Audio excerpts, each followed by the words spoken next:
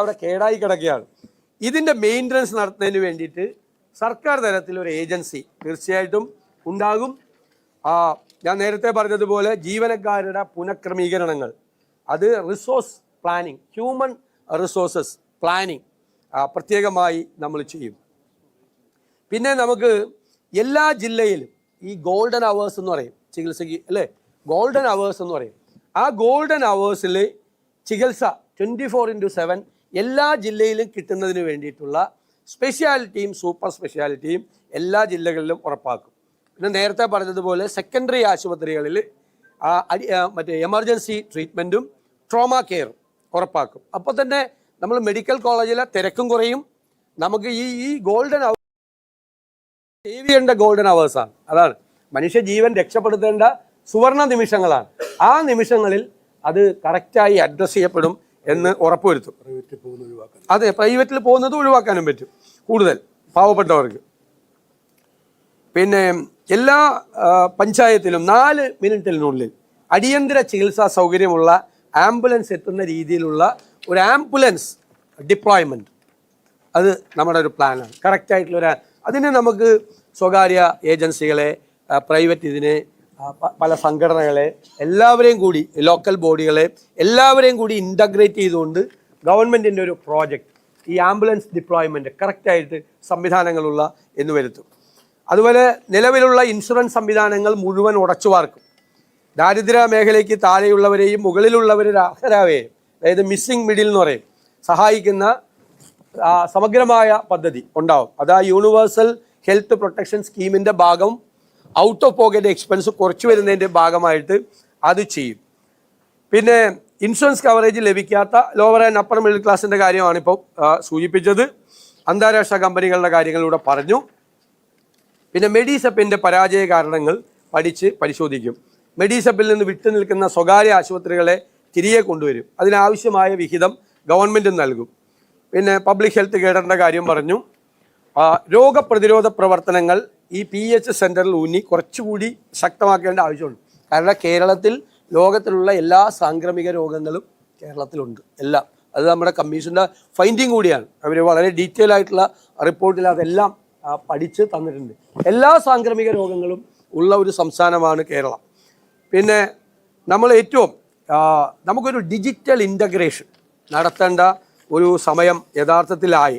അതിൽ സ്വകാര്യ ആശുപത്രികളെ കൂടി കൊണ്ടുവന്നുകൊണ്ടാണ് നമ്മൾ അത് പ്ലാൻ ചെയ്യുന്നത്. ഒരു ഹെൽത്ത് കോർഡിനേഷൻ കൂടിയാണ്, ഹെൽത്ത് കോർഡിനേഷൻ കൂടിയാണ്.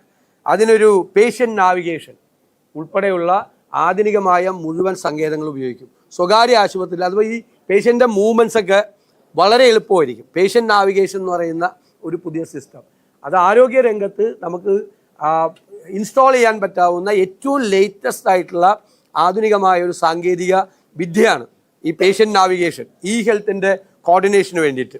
അത് നമ്മൾ നടപ്പാക്കും.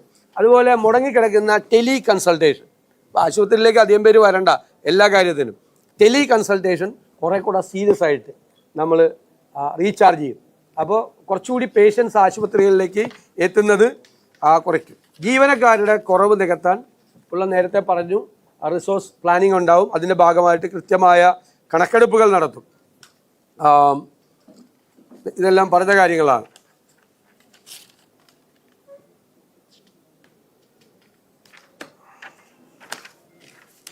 സ്ത്രീകളുടെയും കുട്ടികളുടെയും ആരോഗ്യത്തിനായുള്ള സംവിധാനങ്ങൾ ഞാൻ പറഞ്ഞല്ലോ, പരിശോധിച്ചത് ഹോസ്പിറ്റൽസ് എന്ന് പറയും. പിന്നെ അതുപോലെ പാരലൽ ഇതിൻ്റെ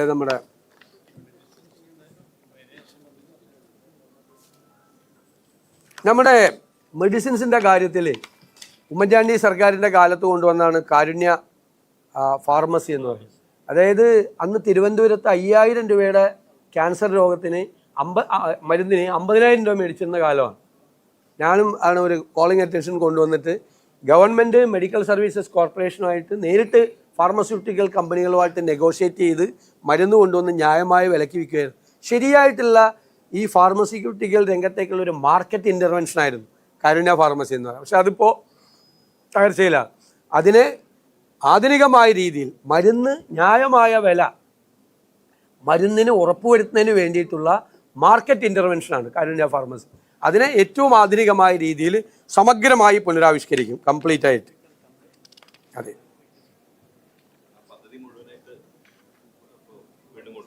അതെ അതെ അതൊന്നുകൂടി റീസ്ട്രക്ചർ ചെയ്ത് കൊണ്ടുവരും ഇപ്പോഴത്തെ കാലഘട്ടത്തിനനുസരിച്ച്.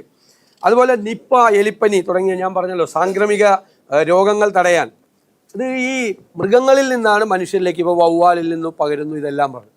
ഇതിന് WHO അടക്കമുള്ള ലോകത്തെല്ലായിടത്തും ചർച്ച ചെയ്യുന്നൊരു കാര്യം വൺ ഹെൽത്ത് എന്നുള്ള ആശയമാണ്. അതായത് മനുഷ്യൻ്റെ ആരോഗ്യം മാത്രമല്ല പ്രധാനം, പ്രകൃതിയിലെ ജീവികളുടെ കൂടി ആരോഗ്യം വളരെ പ്രധാനമാണ്. എല്ലാവരും, നമ്മൾ മാത്രം ആരോഗ്യം സമ്പന്നമായിരുന്ന നമുക്ക് ഈ ഇതിൽ നിന്ന് രോഗങ്ങൾ പകരും. അപ്പോൾ വൺ ഹെൽത്ത് പ്ലാറ്റ്ഫോം എന്നുള്ള കൺസെപ്റ്റ് കേരളത്തിൽ നടപ്പാക്കിയിട്ടില്ല. കേരളത്തിലാണ് അത്, ഇന്ത്യയിൽ ഇത്രയും സാംക്രമിക രോഗങ്ങളുള്ള ഒരു സംസ്ഥാനം എന്നുള്ള നിലയിൽ കേരളത്തിലാണ് അത് ആദ്യമായി നടപ്പാക്കേണ്ട ഒരു സംസ്ഥാനം. ആ വൺ ഹെൽത്ത് പ്ലാറ്റ്ഫോം കേരളത്തിൽ നടക്കും. അതുപോലെ മെൻ്റൽ ഹെൽത്ത് വളരെ സീരിയസ് ആണ്, കേരളത്തിൽ വളരെ സീരിയസ് ആണ്. അത് അഡ്രസ്സ് ചെയ്യാൻ വേണ്ടിയിട്ടുള്ള വലിയ പദ്ധതികൾ നമ്മൾ ഈ ഹെൽത്ത് പോളിസിയിലുണ്ട്. പ്രാഥമിക കേന്ദ്രങ്ങളുടെ ഭാഗമാക്കി തന്നെ മാനസികാരോഗ്യ സേവനങ്ങളെ മാറ്റണം. അതുപോലെ സ്ട്രോക്കിനും ഹൃദ്രോഗത്തിനും പൊതുമേഖലയിൽ തന്നെ മികച്ച ചികിത്സ ഉറപ്പാക്കണം. കാരണം സാധാരണക്കാർക്ക് അത് പോകാൻ പറ്റാം. പിന്നെ നേരത്തെ പറഞ്ഞതുപോലെ ഭിന്നശേഷിക്കാരുടെ പ്രശ്നങ്ങൾ പഠിച്ച് പരിഹാര നിർദ്ദേശങ്ങൾക്ക് പ്രത്യേകമായ പരിഗണന. പിന്നെ പ്രായമായ ആളുകൾക്കും ഭിന്നശേഷിക്കാർക്കും മരുന്നുകൾ വീട്ടിലെത്തിക്കുന്ന ഡോർ സ്റ്റെപ്പ് ഔട്ട്റീച്ച് പദ്ധതി അത് മുൻഗണന നൽകും. വൃദ്ധ വനിതകൾക്ക് അംഗൻവാടിക്ക് സമാന്തരമായ അമ്മവാടി പദ്ധതി കൂടി ഇതിൻ്റെ ഭാഗമായിട്ട് ചെയ്യും. അതുപോലെ ആദിവാസികളുടെ കാര്യം പറഞ്ഞു. ട്രാൻസ്ജെൻഡേഴ്സ് അനുഭവിക്കുന്ന അവരുടെ പ്രശ്നങ്ങൾ പരിഹരിക്കാനുള്ള കൃത്യമായ ഇൻ്റർവെൻഷൻ, അവരെ പ്രത്യേകമായി പരിഗണിച്ച് അവരെ സമൂഹത്തിൽ നിന്ന് മാറ്റി നിർത്താതെ, പാർശ്വവൽക്കരിക്കപ്പെട്ടവരാണ് എന്നുള്ളൊരു ഫീൽ അവർക്കുണ്ട്, അത് മാറ്റിയെടുത്ത് സമൂഹത്തിൻ്റെ മുഖ്യധാരയിൽ കൊണ്ടുവന്ന് അവരനുഭവിക്കുന്ന ചില ആരോഗ്യ പ്രശ്നങ്ങളുണ്ട്, അവരുടേതായ പലപ്പോഴും അവർ പുറത്തു ചെയ്യാറില്ലാത്ത ആരോഗ്യ പ്രശ്നങ്ങളുണ്ട്, അത് പരിഹരിക്കാനുള്ള പ്രത്യേകമായ ഒരു ഹെൽത്ത് സംവിധാനങ്ങൾ എല്ലാം ഇതിനകത്ത് ഉണ്ടാകും. വളരെ സമഗ്രമായ രീതിയിലാണ് ഞാൻ ഈ ഹെൽത്ത് കമ്മീഷൻ ഡോക്ടർ SS ലാലിനെയും സഹപ്രവർത്തകരെയും ഞാൻ പ്രത്യേകമായി അഭിനന്ദിക്കാൻ ഈ അവസരം വിനിയോഗിക്കുകയാണ്. കാരണം അവർ ഒരു ഇൻ്റർനാഷണൽ സ്റ്റാൻഡേർഡിലാണ്. ലാല് UN വർക്ക് ചെയ്ത ഒരാൾ കൂടിയാണ്, അതിൻ്റെ എക്സ്പീരിയൻസ് ഉണ്ട്. 150ഓളം ഡോക്ടർ അജിത ഉൾപ്പെടെ 150ഓളം ഡോക്ടർമാരാണ് ഈ ഒരു ടീം വർക്ക് ചെയ്തത് കഴിഞ്ഞ്.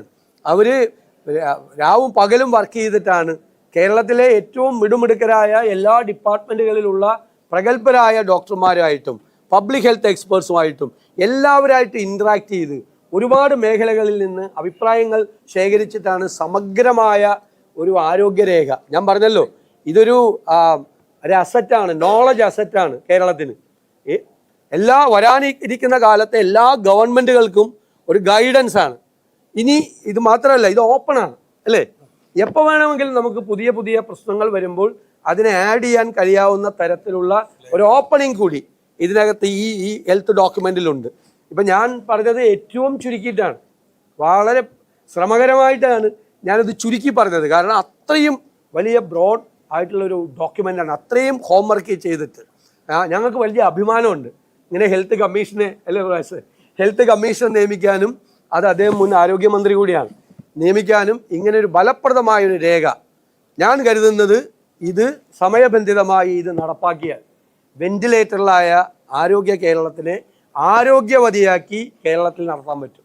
മാത്രമല്ല നല്ല ചികിത്സ കിട്ടുന്ന ഒരു ഡെസ്റ്റിനേഷൻ പോയിൻ്റാക്കി ആരോഗ്യ കാര്യത്തിൽ കേരളത്തെ മാറ്റാൻ പറ്റും.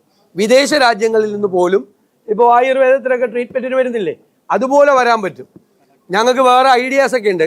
അതായത് ഹോളിസ്റ്റിക് ആയിട്ടുള്ള റീഹാബ് സെൻറ്റേഴ്സ്, അതായത് ആയുർവേദവും അലോപ്പതിയും എല്ലാം കൂടി ചേർന്നുകൊണ്ടുള്ള റീഹാബിലിറ്റേഷൻ സെൻറ്റേഴ്സ്. ഇപ്പോൾ തളർന്നു കിടക്കുന്ന ആളുകളെ എത്രയോ പേരാണ് സ്ട്രോക്ക് വന്ന് തളർന്നു കിടക്കുന്നത്, അപകടത്തിൽ തളർന്നു കിടക്കുന്നത്, അവരെയൊക്കെ എണീപ്പിച്ച് നടത്താൻ പറ്റാവുന്ന തരത്തിൽ ഹോളിസ്റ്റിക് ആയിട്ടുള്ള ആയുർവേദവും അലോപ്പതിയും എല്ലാം കൂടി ചേർന്നുകൊണ്ടുള്ള റീഹാബിലിറ്റേഷൻ സെൻറ്ററുകൾ കൂടി വളരെ പ്രൊഫഷണലായിട്ട് കേരളത്തിൽ ആരംഭിക്കാൻ, അങ്ങനെ അനന്തമായ സാധ്യതകളാണ് ഈ ഹെൽത്ത് ഡോക്യുമെൻറ്റിലുള്ളത്.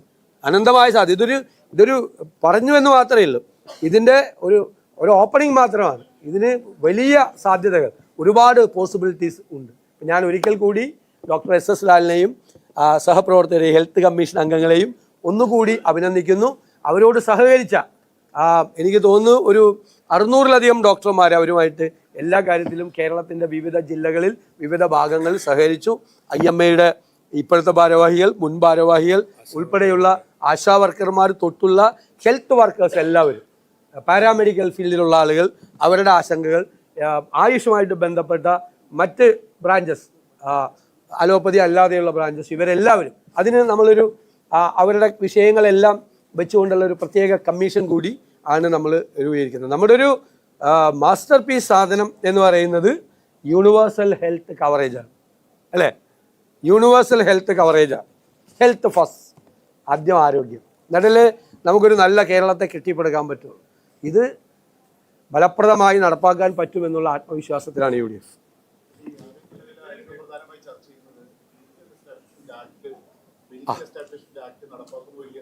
ഞങ്ങളത് അഡ്രസ് ചെയ്തിട്ടുണ്ട്. അതിൻ്റെ അകത്ത് കുറേ ഭേദഗതികൾ ആവശ്യമുണ്ട്, അമെൻമെൻറ്റ്. അത് വേണ്ട എന്നുള്ള തീരുമാനം ഞങ്ങൾക്കില്ല, പക്ഷേ അതിൻ്റെ അകത്ത് ആവശ്യമായ കുറേ ഭേദഗതികൾ വരുത്തണം. ഞങ്ങളത് സ്റ്റഡി ചെയ്തിട്ടുണ്ട് കമ്മീഷനിൽ. 2 വാക്ക് കൂടി ചേർന്ന് അതൊക്കെ പറഞ്ഞത് അല്ല, അതല്ല അതിൻ്റെ വിശദാംശങ്ങൾ ഞങ്ങളുണ്ട്, വേറെ സെപ്പറേറ്റ് ആയിട്ട് നമ്മൾ പറയാം. ഞങ്ങളത് ഡോക്യുമെൻ്റാണ്.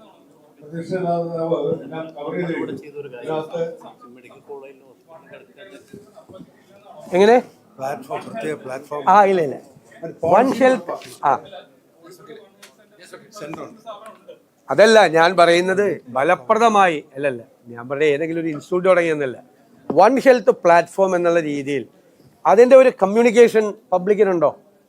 എനിക്ക് തോന്നുന്നു ഒരു ഏറ്റവും കാര്യങ്ങളെല്ലാം അറിയാവുന്ന ആളുകളുടെ ഇടയിൽ പോലും ആ വൺ ഹെൽത്ത് എന്നുള്ള ആശയം പോയിട്ടുണ്ടോ? പിന്നെ താഴേക്ക് ഒട്ടും വന്നിട്ടില്ല. ആ ഒരു ആശയം താഴെ വരെ വരണം, അത് പൂർണ്ണമായിട്ട് ഇംപ്ലിമെൻ്റ് ചെയ്യണം. കാരണം നേച്ചറും മനുഷ്യനും തമ്മിൽ വേർതിരിക്കാൻ പറ്റാത്ത സംഭവമാണ്. ഈ വവ്വാലിൻ്റെ തന്നെ 45ഓളം വൈറസ് ഉണ്ടെന്നാണ് കണ്ടുപിടിച്ചിരിക്കുന്നത്. 45ഓളം വൈറസ് വവ്വാലിൽ തന്നെ ഉണ്ടെന്നാണ്, മരണകാരണമായേക്കാവുന്ന വൈറസുകൾ എന്ന് പറയുന്നത്. അപ്പോൾ ഇതിനൊരു അതാണല്ലോ ഒരു WHO-ൻ്റെയും ലോകത്തെ ഏറ്റവും കൂടുതൽ ചർച്ച ചെയ്യപ്പെടുന്ന ഏറ്റവും ആരോഗ്യരംഗത്തെ ഏറ്റവും പുതിയ ഒരാശയമാണ് വൺ ഹെൽത്ത്. ഒരു സെക്കൻഡ്, ഇതൊന്ന് ലാല് 2 വാചകം പറഞ്ഞു.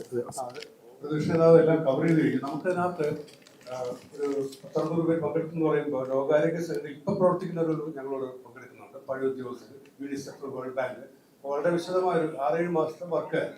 നമുക്കതിനകത്ത് പ്രധാനമായിട്ട് കാണാൻ കഴിഞ്ഞത്, നമുക്ക് ആരോഗ്യ അവബോധമുള്ള ജനമുണ്ട്. മാസ്ക് 90% പേരാണ് കോവിഡ് സമയത്ത് ഉപയോഗിച്ചത്. അങ്ങനത്തെ അത്ര പറഞ്ഞാൽ കേട്ടുന്ന ജനമുണ്ട്. ആരോഗ്യ പ്രവർത്തകരുണ്ട്, സ്വകാര്യ മേഖലയിലും ഗവൺമെൻറ്റൊക്കെ ആശുപത്രികളുണ്ട്, അത്യാവശ്യത്തിന് പണവുമുണ്ട്. ഇവിടെ നഷ്ടപ്പെട്ടു പോകുന്ന അല്ലെങ്കിൽ ഇല്ലാതെ പോകുന്നൊരു മാനേജ്മെൻറ്റ് പ്രശ്നങ്ങളാണ്. അതുകൊണ്ടാണ് പ്രതിപക്ഷ നേതാവ് പറഞ്ഞത് സ്റ്റാഫുണ്ട്, വരെ ആവശ്യമുള്ളിടത്തല്ലേ സ്റ്റാഫിനെ വെച്ചിരിക്കുന്നത്, അല്ലെങ്കിൽ സർവീസ് കിട്ടാവും. ഇപ്പോൾ മൊത്തത്തിലൊരു മാനേജ്മെൻറ്റ് ഇഷ്യൂ ആണ് കേരളത്തിലെ ആരോഗ്യരംഗത്തെ പ്രശ്നങ്ങൾക്ക് പ്രശ്നങ്ങൾ സ്വാധീനിക്കുന്നത്. ഇനി വലിയൊരു പ്രശ്നം എന്ന് പറയുന്നത് ഹെൽത്ത് പോളിസി ഡോക്യുമെന്റ്. ഞങ്ങൾ ഇത്രയും ശ്രമിച്ചിട്ട് ഒരു ഹെൽത്ത് പോളിസി കേരളത്തിന്റെ ഡോക്യുമെന്റ് 2013 ഉമ്മൻചാണ്ടി ഗവൺമെന്റ് സമയത്ത് ഒരു പോളിസി ഉണ്ട്. എന്താണ് ഗവൺമെന്റ് പോളിസി എന്നത്? ഇപ്പോൾ പലതരം സ്കാറ്റേഡ് ആയിട്ട് കിടക്കുകയാണ്. 2019 മറ്റോ ഒരു പോളിസി കൊണ്ടുവരാൻ ശ്രമിച്ചു, അത് നെറ്റിലുണ്ട്, ഇപ്പോൾ വിഡ്രോ ആയത്. അപ്പോൾ നെറ്റിൽ പോലും ലഭ്യമാണ്. എന്താണ് ഈ ഗവൺമെന്റ് ഫോളോ ചെയ്ത പോളിസി എന്നൊരു വിഷയം നിലനിൽക്കുകയാണ്. പിന്നെ അടുത്ത പ്രധാനപ്പെട്ട പോയിന്റ് എന്ന് പറയുന്നത്, കേരളത്തിലെ സാംക്രമിക രോഗങ്ങൾ കുറഞ്ഞപ്പോൾ അത് ജനങ്ങളുടെ വിദ്യാഭ്യാസവും എല്ലാം ബാധകമാണ്. കുറഞ്ഞപ്പോഴത്തേക്ക് വർഷങ്ങൾ കൂടുതൽ ജീവിച്ചിരിക്കാൻ ആയുസ് കൂടി. ശരാശരി ആയുസ് സ്ത്രീകൾക്ക് 80 വയസ്സാണ്, അമേരിക്ക തുല്യമാണ്. പക്ഷെ ഇവർക്ക് എല്ലാവർക്കും ക്വാളിറ്റി ഓഫ് ലൈഫ് ഉണ്ടോ എന്നൊരു വിഷയം ബാക്കിയിട്ടുണ്ട്. അപ്പം മാത്രമല്ല ജീവിച്ചിരിക്കുന്നതുകൊണ്ട് ജീവിതശൈലി രോഗങ്ങൾ നമ്മൾ പറയുന്ന അല്ലെങ്കിൽ ജീവിച്ചിരിക്കുന്നുണ്ടാകുന്ന അസുഖങ്ങളുണ്ട്. അത് വളരെ വ്യാപകമാണ്. അത് പരിഹരിക്കാനുള്ള സംവിധാനങ്ങൾ നമുക്ക് എല്ലായിടത്തും ആയിട്ടില്ല. എല്ലായിടത്തും ഈ ഓൾഡ് ഏജ് കെയറിൻ്റെ പ്രശ്നങ്ങൾ, അങ്ങനത്തെ ഒരുപാട് മറ്റേ രക്തസമ്മർദ്ദത്തിൻ്റെ ഇതൊക്കെ പ്രശ്നങ്ങൾ ഒരുപാട് വന്നിരിക്കുകയാണ്. ഇതൊക്കെ കൂടാതെ നമുക്കൊരു ഡ്യുവൽ പ്രശ്നമാണ്. നമുക്ക് ചില സംസ്ഥാനങ്ങൾക്ക് ഇപ്പോഴും സാംക്രമിക രോഗങ്ങളാണ്. വടക്കേന്ത്യ ചെന്നൈയിൽ മലമ്പനിയാണ് വലിയ പ്രശ്നം, ക്ഷയരോഗമാണ് പ്രശ്നം. നമുക്കതൊക്കെ കുറഞ്ഞെങ്കിൽ പോലും കേരളത്തിൽ ഇപ്പോഴും ഒരു വർഷം 20,000 പേർക്ക് ക്ഷയരോഗം വരുന്നത്. കേരളത്തിൽ 2,000-ഓളം പേര് കേരളത്തിൽ ക്ഷയരോഗം വന്ന് മരിക്കുന്നു. നമ്മൾ കാണാൻ പോകുന്ന കണക്കാണ്. പിന്നെ പുതിയ രോഗങ്ങൾ. അപ്പം നമുക്ക് ഡ്യുവൽ ബേർഡനാണ്. സാംക്രമിക രോഗങ്ങൾ മറ്റ് സംസ്ഥാനങ്ങൾക്ക് കുറവാണെങ്കിലും ഇപ്പോൾ നമുക്ക് സാംക്രമിക രോഗങ്ങളുണ്ട്. പിന്നെ മറ്റു പല സംസ്ഥാനങ്ങളില്ലാത്ത പുതിയ രോഗങ്ങളിലൂടെ വരികയും ഇതിനൊപ്പം നമ്മൾ മനുഷ്യർ കൂടുതൽ നാൾ ജീവിച്ചിരിക്കുന്നതുകൊണ്ടുണ്ടാകുന്ന ശരീരത്തിനുണ്ടാകുന്ന മറ്റ് ചേഞ്ചസ് ഉണ്ടാകുന്ന പ്രശ്നങ്ങൾ ഡ്യുവൽ ബേർഡനാണ്. ഈ രീതിയിൽ നമ്മൾ നമ്മുടെ ആരോഗ്യ നയത്തിനെ മാറ്റിയിട്ട്, പ്രത്യേകിച്ച് കോവിഡ് വന്നതിന് ശേഷം പ്രതിപക്ഷ നേതാവ് എപ്പോഴും പറയാറുണ്ട്, ഒരുപാട് ഇപ്പോൾ 25% പേര് 30 വയസ്സിൽ താഴെയുള്ളവരൊക്കെയാണ് മരിക്കുന്നത്. ഇത്തരം കാര്യങ്ങൾ പഠനങ്ങൾ നടത്തിയിട്ടില്ല. നമ്മുടെ ഡേറ്റ അവൈലബിൾ, കോവിഡിൻ്റെ പോലും പഠനങ്ങൾ കേരളത്തിൽ കാര്യമായി നടന്നിട്ടില്ല. ഡേറ്റ ആർക്കും ലഭ്യമല്ല. അപ്പം നമുക്ക് പ്രിഡിക്റ്റ് ചെയ്യാനോ ഫ്യൂച്ചറിലേക്ക് പ്ലാൻ ചെയ്യാനോ പറ്റാത്തതിൻ്റെ പ്രശ്നമുണ്ട്. പിന്നെ ഹെൽത്ത് ഫിനാൻസിങ് വലിയ ഇഷ്യൂ ആണ്. നമുക്ക് ഉള്ള പണം ചികിത്സയ്ക്ക് അല്ലെങ്കിൽ ജനങ്ങളുടെ ആരോഗ്യം തികയാതെ വരുന്നതുകൊണ്ട് പുതുതായിട്ട് പണം കണ്ടെത്തുന്ന നൂതന മാർഗങ്ങൾ ഉണ്ടെങ്കിൽ മാത്രമേ ഇത് മുന്നോട്ട് കൊണ്ടുപോകാൻ പറ്റുള്ളൂ. പിന്നെ സ്വകാര്യ മേഖലയുടെ കാര്യം, അതാണ് അവസാനത്തെ പോയിന്റ്. നമ്മൾ പലപ്പോഴും സ്വകാര്യ മേഖല ഇഗ്നോർ ചെയ്യാണ്. പക്ഷേ 70% ജനങ്ങൾ സ്വകാര്യ മേഖലയിൽ ഒരു പബ്ലിക് പ്രൈവറ്റ് പാർട്ണർഷിപ്പ് ഒരു പുതിയ നയം. ഇത്രയുമാണ് നമുക്ക് എക്സ്ട്രാ ആയിട്ട് പറയുന്നത്. ഇത് ഡോക്യുമെന്റ് പബ്ലിഷ് ചെയ്യണം. ഇത് ഹെൽത്ത് കമ്മീഷൻ റിപ്പോർട്ട് റിലീസ് ചെയ്യും.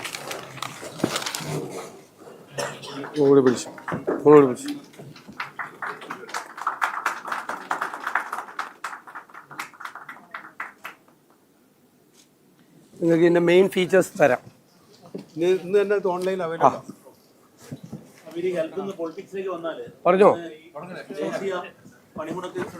ആ ആ പണിമുടക്കിനോടുള്ള നിങ്ങളുടെ നിലപാട് എങ്ങനെയാണ്? മാത്രമല്ല ACC സംഘടനാ ജനറൽ സെക്രട്ടറിയുടെ ഒരു സർക്കുലർ PCC എങ്ങനെയാണ് നിങ്ങൾ ഇതിനെ കാണുന്നത്? അല്ല, പണിമുടക്കിന്റെ കാരണങ്ങളോട് നമ്മൾ പൂർണ്ണമായ പിന്തുണയാണ്. ദേശീയ തലത്തിൽ കോൺഗ്രസ് കൂടി പിന്തുണയ്ക്കുന്ന കാര്യമാണ്. സംശയം എന്താണ്? ഞങ്ങളെല്ലാം, ഞാനും ഒരു ട്രേഡ് യൂണിയനിസ്റ്റാണ്, ഞങ്ങളെല്ലാം പിന്തുണയ്ക്കുന്നതാണിത്. സംശയം എന്താ? നിങ്ങൾ യാത്ര നടത്തുന്നതിനെ കുറിച്ചാണ് ചോദ്യമെങ്കിൽ ഞാൻ നേരിട്ട് പറയാം. യാത്ര ഇതുമായിട്ട് യാതൊരു ബന്ധമില്ല. യാത്രയുടെ പ്രചരണത്തിന് കൂടി ഈ വിഷയങ്ങൾ ഞങ്ങൾ പറയും. ഏത് കാര്യത്തിലാണ് ഈ സമരം, ദേശീയ പണിമുടക്ക് നടത്തുന്നത്, അതിൻ്റെ കാരണം കൂടി എന്തിനാണ്, ഏത് കോസിന് വേണ്ടിയാണ് നടത്തുന്നതെന്ന് ഈ ജാഥയിൽ പ്രചരണം കൂടി നടത്തും. അതിനുള്ളൊരു അവസരം കൂടിയല്ലേ അതുകൂടി. അല്ല, അത് അവർക്ക് എന്ത് വേണേലും പറയാമല്ലോ. പിന്നെ എനിക്ക് വേറൊരു വളരെ പ്രധാനപ്പെട്ട ഒരു ചോദ്യം, ഒരു പൊതുസമൂഹത്തിൽ, ഞാനും ട്രേഡ് യൂണിയനിസ്റ്റാണ്, ഏറ്റവും കൂടുതൽ ട്രേഡ് യൂണിയനുകളുടെ നേതൃത്വത്തിലുള്ള ഒരാളാണ് ഞാൻ. അത് വെച്ചുകൊണ്ട് ഞാൻ ഒരു ചോദ്യം, ദേശീയ പണിമുടക്ക് എന്ന് പറഞ്ഞിട്ട് ഈ കേരളത്തിലല്ലാതെ ഹർത്താലിനും ബന്ദിനും സമാനമായ പണിമുടക്ക് ഇന്ത്യയിൽ ഏതെങ്കിലും സ്റ്റേറ്റിൽ നടക്കുന്നുണ്ടോ? എന്റെ ഒരു ചോദ്യമാണ്. എന്റെ ഒരു ചോദ്യം. അല്ല നിങ്ങൾക്ക് മനസ്സിലായില്ല, എന്റെ ചോദ്യം മനസ്സിലായില്ല.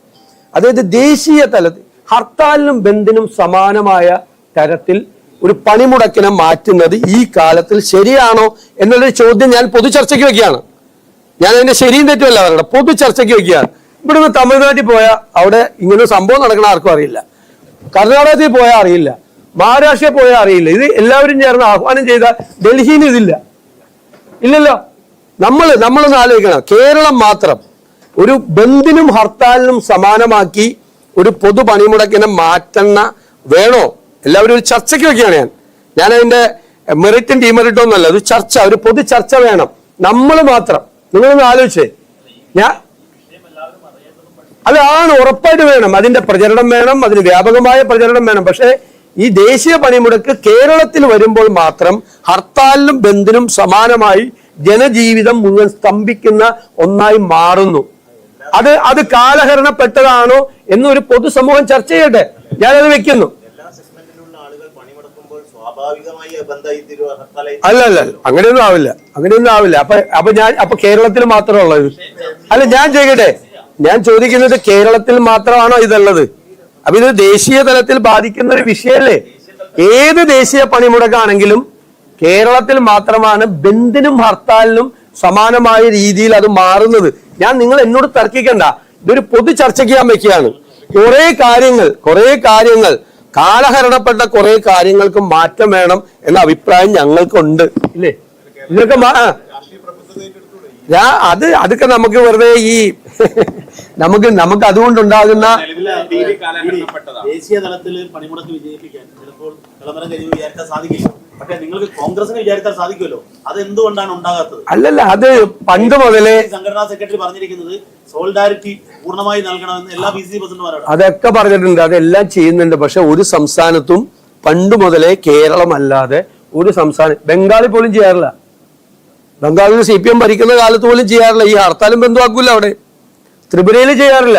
നേരത്തെ ഭരണമൊക്കെ ഉണ്ടായിരുന്നല്ലോ അവിടെ, പാർട്ടിയൊക്കെ അവിടെ ഉണ്ടല്ലോ, അവിടെയും ചെയ്യാറില്ല. ഞാൻ പറയുന്നത് നമ്മളൊന്ന് മനസ്സിരുത്തി ഒന്ന് ആലോചിക്കുക.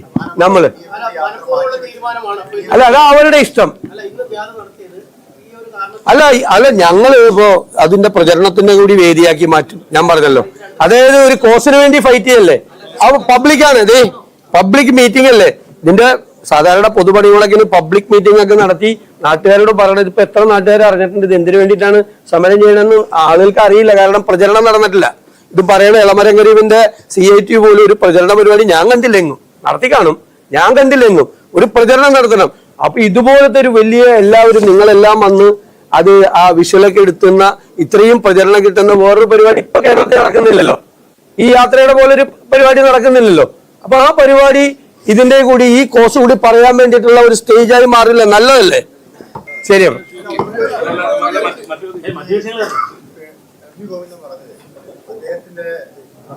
സർക്കാർ തുടർന്നാൽ പാവങ്ങൾ പാവപ്പെട്ട മലയാള ഭാഷയിൽ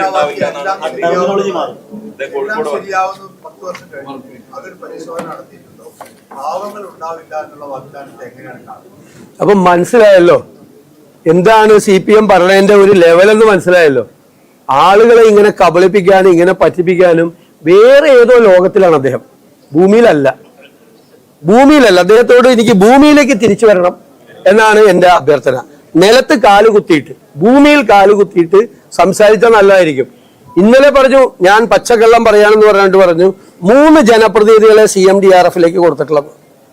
ഞങ്ങൾ UDF-ന്റെ ജനപ്രതിനിധികൾ എല്ലാവരും കൂടി 18.5 ലക്ഷം രൂപ CMDRF-ലേക്ക് കൊടുത്തിട്ടുണ്ട്. ഞാൻ 1 ലക്ഷം രൂപ എന്റെ ഞാൻ പറയുള്ളൂ എമൗണ്ട്. ബാക്കി എല്ലാവരും അവരെ ഇതനുസരിച്ച് 18.5 ലക്ഷം രൂപ UDF MLA-മാര് CMDRF കൊടുത്തിട്ടുണ്ട്. എന്നിട്ട് സമൂഹ മാധ്യമങ്ങളിലൂടെ പ്രചരിപ്പിക്കുന്നത് CMDRF പൈസ കൊടുക്കരുതെന്ന് ഞങ്ങൾ പറഞ്ഞു. ഞങ്ങൾ കൊടുക്കാനാ പറഞ്ഞത് എല്ലാവരോടും. UDF MLA-മാര് കൊടുത്തിട്ടുണ്ട് 18.5 ലക്ഷം രൂപ CMDRF കൊടുത്തിട്ടുണ്ട്. പുള്ളി അതും ഇതൊക്കെ പറയുമല്ലോ. ആ കൂട്ടത്തിൽ പറഞ്ഞു. അതുപോലെ തന്നെ പാർട്ടി അധികാരത്തോട് ചേർന്ന് നിൽക്കുന്ന ഘടകങ്ങളൊക്കെ വിമർശിക്കുന്ന ആളുകളെ അതായത് മാധ്യമങ്ങളെയൊക്കെ അതിരൂക്ഷമായി വളരെ മോശമായ ഭാഷയിലൊക്കെ ഉപയോഗിക്കുന്നു. താങ്കളെ കുറിച്ച് നുണരോഗം ബാധിച്ച ആള് എന്ന് പറഞ്ഞു, മീഡിയവനെ കുറിച്ചിട്ട് കാളകൂട വിഷം എന്ന് പറഞ്ഞു. ഇങ്ങനെ വിമർശിക്കുന്ന ആളുകളെ ഈ രൂപത്തിൽ പറയുന്നതിനെ കുറിച്ച് അതല്ല ഞാൻ പറഞ്ഞത്. ഇതൊരു വേറൊരു ഫാസിസത്തിന്റെ മറുവശമാണ്. മനസ്സിലായോ? സംഘപരിവാറിന്റെ അതേ പാതയിലൂടെയാണ് കേരളത്തിലെ CPM സഞ്ചരിക്കുന്നത്. ഫാസിസ്റ്റ് സ്വഭാവമാണ്, ഇടതു സ്വഭാവമല്ല. തീവ്ര വലതുപക്ഷ സ്വഭാവമാണ്. അതുകൊണ്ടാണല്ലോ ഇടതുപക്ഷ സഹയാത്രികരായിരുന്ന ആളുകൾ പോലും ഇനിയൊരു ഭരണം വേണ്ട എന്നുള്ള ഒരു അഭിപ്രായം പറയുന്നത്. കേരളത്തിൽ ഇടതുപക്ഷ സഹയാത്രികരും ഉത്തമരായ കമ്മ്യൂണിസ്റ്റുകാരും ഒരിക്കലും തുടർഭരണം ഉണ്ടാകരുത് എന്ന് ആഗ്രഹിക്കുന്നത് ഇതൊരു ഫാസിസ്റ്റ് പാർട്ടിയായിട്ട് നശിച്ചു പോകുന്നതിന്റെ സങ്കടം കണ്ടിട്ടാണ്. ഫാസിസ്റ്റ് പാർട്ടിയാണിത്. അസഹിഷ്ണുതയാണ്. അസഹിഷ്ണുത എല്ലാവരോടും അസഹിഷ്ണുതയാണ്. മനസ്സിലായോ? അതാണ് ഒരിക്കലും ഇല്ലാത്ത രീതിയിൽ പലപ്പോഴും അങ്ങയുടെ പ്രസംഗത്തിൽ കാസർഗോഡ് മൂല്യം കഴിഞ്ഞു ഈ റിയൽ ലെഫ്റ്റ് ഞങ്ങളാണ് എന്ന് പറയുന്നത്. മുമ്പ് ഒരിക്കലും ഒരു ഇലക്ഷൻ ക്യാമ്പയിനിലും UDF നടത്താത്ത ഒരു പുതിയ ടെർമിനോളജിയാണ്, പുതിയ ക്യാമ്പയിനാണ്. അതെന്തുകൊണ്ടാണ് നിങ്ങൾ അപ്പൊ റിയൽ ലെഫ്റ്റിനാണ് ഇവിടെ വോട്ട് എന്നുള്ളത്? ഞങ്ങൾ അതല്ല, ഞങ്ങൾ നെഹ്റുവിയൻ ലെഫ്റ്റ് ആണെന്നേ. ഞങ്ങൾ വലതുപക്ഷമല്ല. ഞങ്ങളെങ്ങനെ വലതുപക്ഷ ചിന്താഗതിക്കാരല്ല. കോൺഗ്രസ് എന്നാണ് വലതുപക്ഷ ചിന്താഗതിക്കാരായിരുന്നത്. കേരളത്തിലെ UDF എന്നാണ് വലതുപക്ഷ ചിന്താഗതിക്കാരായിരുന്നത്.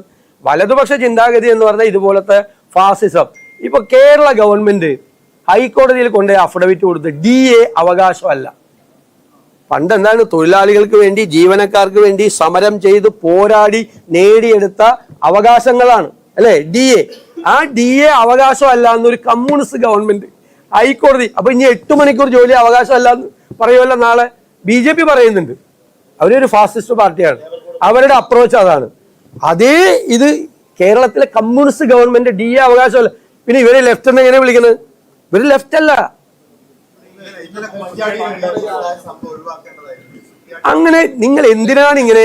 എനിക്ക് മാധ്യമങ്ങളോട് എല്ലാവരോടും പറയാനുള്ളത്, ഇല്ലാത്തൊരു കാര്യം ഞങ്ങളെല്ലാം നിൽക്കുമ്പോഴല്ല ഊതി വീർപ്പിക്കണത്.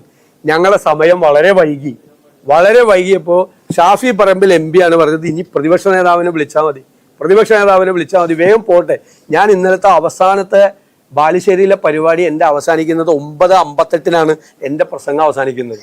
ഞാൻ ഒരു വിധത്തിലാണ് കാരണം ഈ തിരക്ക് കാരണം, ജാഥയിലെ ആളുടെ പ്രശ്നവും കാരണം, ഒരുപാട് ആളുകൾ കാരണം നമുക്ക് പല സ്ഥലത്ത് ഉദ്ദേശിച്ച സമയത്ത് തീർന്നു പോകാൻ പറ്റില്ല. അപ്പൊ കുറ്റ്യാടിയിൽ എത്തിയപ്പോഴേക്കും എല്ലാവരും ഇത് ചെയ്തു. അപ്പൊ ഷാഫി പറമ്പിൽ നിർബന്ധമായിട്ട് പറഞ്ഞു പ്രതിപക്ഷ നേതാവിനെ വിളിച്ചാൽ മതി, ഞാൻ സംസാരിക്കുന്നില്ല, വേഗം തീർക്കെന്ന് പറഞ്ഞു.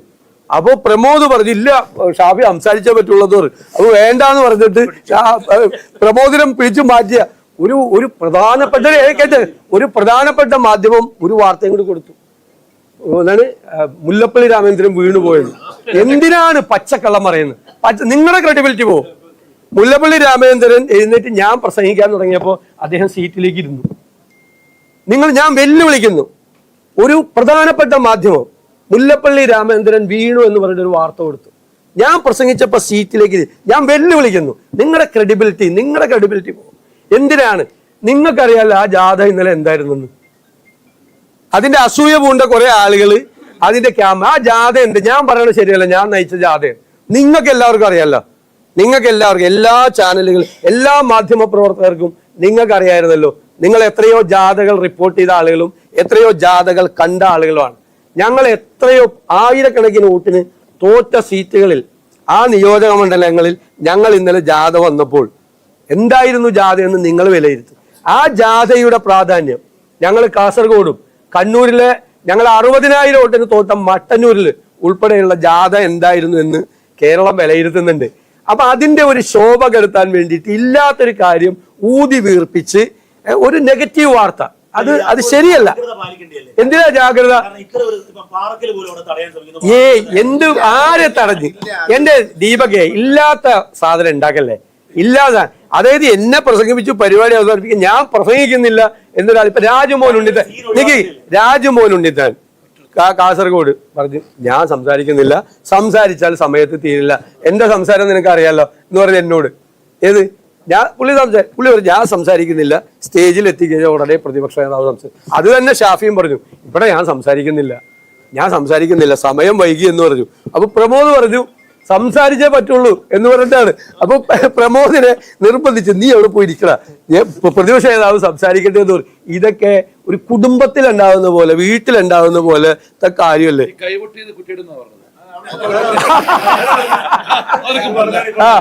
അതേ വീണു എന്നെ സ്വീകരിക്കാൻ കോഴിക്കോട് മറ്റേ അതിർത്തിയിൽ വരുമ്പോ ഉണ്ട് ഇത്. അപ്പോഴാണ് ഞാൻ കാണുന്നത്. എന്നിട്ട് സോഷ്യൽ മീഡിയയിൽ പ്രചരണം, അവിടെ ഈ സ്റ്റേജിൽ വെച്ച് ഉന്തിയിട്ടുണ്ട് DCC പ്രസിഡന്റിന്റെ കൈവോട്ട് ചെയ്ത. ദൈവം, ഈ കേരളം എവിടേക്കാണ് പോകുന്നത്? ഇങ്ങനെ കള്ളത്തരം പ്രചരിപ്പിക്കാൻ പോയ. പിന്നെ നിങ്ങൾ വേറെ ഇത് കോൺഗ്രസ് ആണ്, UDF ആണ്. കോൺഗ്രസ് നേതൃത്വം കൊടുക്കുന്ന UDF ആണ്, അറിയാല്ല. നിങ്ങൾ നിക്കി അതൊക്കെ ശരിയാണ്. അച്ചടക്കം വേണം, കുറച്ച് ഇതൊക്കെ വേണം. അതിനെന്താ? അവിടെ എന്താണ് അച്ചടക്കം എങ്ങനെ ഉണ്ടായത്? എന്താ അവിടുത്തെ UDFന്റെ ചെയർമാനായിട്ടുള്ള ആള്, DCC പ്രസിഡന്റ്, അവിടുത്തെ ഏറ്റവും പ്രധാനപ്പെട്ട നേതാവ് ശ്രീ പാറക്കൽ അബ്ദുള്ള, ഇവരൊക്കെയല്ലേ അവിടെ ഉണ്ടായിരുന്നില്ല. പിന്നെ ഞാൻ അല്ലാതെ വേറെ ആരെ ഉണ്ടായിരുന്നു? മുല്ലപ്പള്ളി, അത് ഉദ്ഘാടനം ചെയ്ത മുല്ലപ്പള്ളി രാമചന്ദ്രൻ. ഞങ്ങളുടെ കക്ഷികളുടെ എല്ലാവരുടെയും പ്രതിനിധികളുണ്ടായി അവിടെ. 10 കക്ഷികളില്ലേ UDF എല്ലാവരുടെ പ്രതിനിധികള്, സംസ്ഥാന നേതാക്കള്, ജാഥ അംഗങ്ങള്, ജില്ലാ UDFന്റെ നേതാക്കള്, ആ നിയോജകമണ്ഡലത്തിന്റെ UDFന്റെ നേതാക്കള്, അതൊക്കെ ഉണ്ടാവും. പിന്നെ ഞങ്ങള് അടിച്ചേൽപ്പിക്കപ്പെട്ട ഒരു അച്ചടക്കമൊന്നുമില്ല. ഇന്നലെ ഒരു അച്ചടക്ക കുറവ് ആ വേദിയിൽ ഉണ്ടായില്ല. ഞാൻ സംസാരിച്ച പോലെ ആളും മിണ്ടിയില്ലല്ലോ. ഞങ്ങൾ എല്ലാവരും സംസാരിച്ചപ്പോ ആരും മിണ്ടിയിൽ.